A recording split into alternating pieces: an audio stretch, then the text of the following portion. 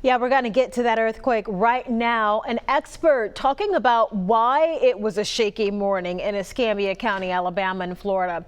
A nearly 4.0 magnitude earthquake shocking the Flomaton area at around 10:30. Shelby Myers live in Century tonight. And Shelby, there are several causes for earthquakes, but what are they saying about what caused this one?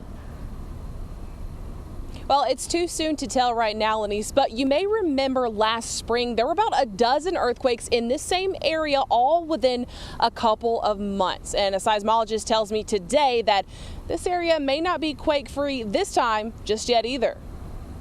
The drinks at Fusion Fine Wine and Spirits in Century are already mixed. No, someone didn't bump into the shelves. That's a 3.8 magnitude quake shaking things up around 10:30 this morning. I was sleeping in good this morning, doing my morning ritual, watching an hour of TikTok, and all of a sudden my bed just said, the blinds was moving, everything was moving. I thought there was something under the bed, trying to get out. Donnie Brown, not the only one who felt it. Elizabeth Cochran with the U.S. Geological Survey says about 120 people around the state line reported feeling the earth move. 3.8 is definitely, if you're nearby, it's definitely going to probably surprise you and worry you, right? It does feel like significant shaking.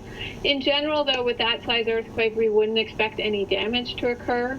Cochran says the quake was around 2.5 miles underground, the same depth as 4 quakes in this area last year. Like that cluster, she says it could be the case this time, too. Anytime there's an earthquake of magnitude 4, larger, even smaller, we would expect to see at least one earthquake that's about 1 magnitude less. So for this 3.8, we might expect to see a magnitude 2.5, and then a number of events smaller than that. The U.S. Geological Survey put devices underground last year to find a cause, but when no more quakes happened, they pulled them out of the ground about 3 months later. We don't actually have enough information to say whether these events are natural or whether they could perhaps be related to some of the oil and gas activities. Now, if the earthquakes are in fact man-made from, say, the oil and gas industries, Cochran tells me that there are watchdog companies that will come in, check things out, and see if more regulations do need to be put in place. Live in Century, Florida tonight, Shelby Myers, Fox 10 News. Okay, Shelby, thank you. This earthquake may be one of the most significant in our area, but it's certainly not the first.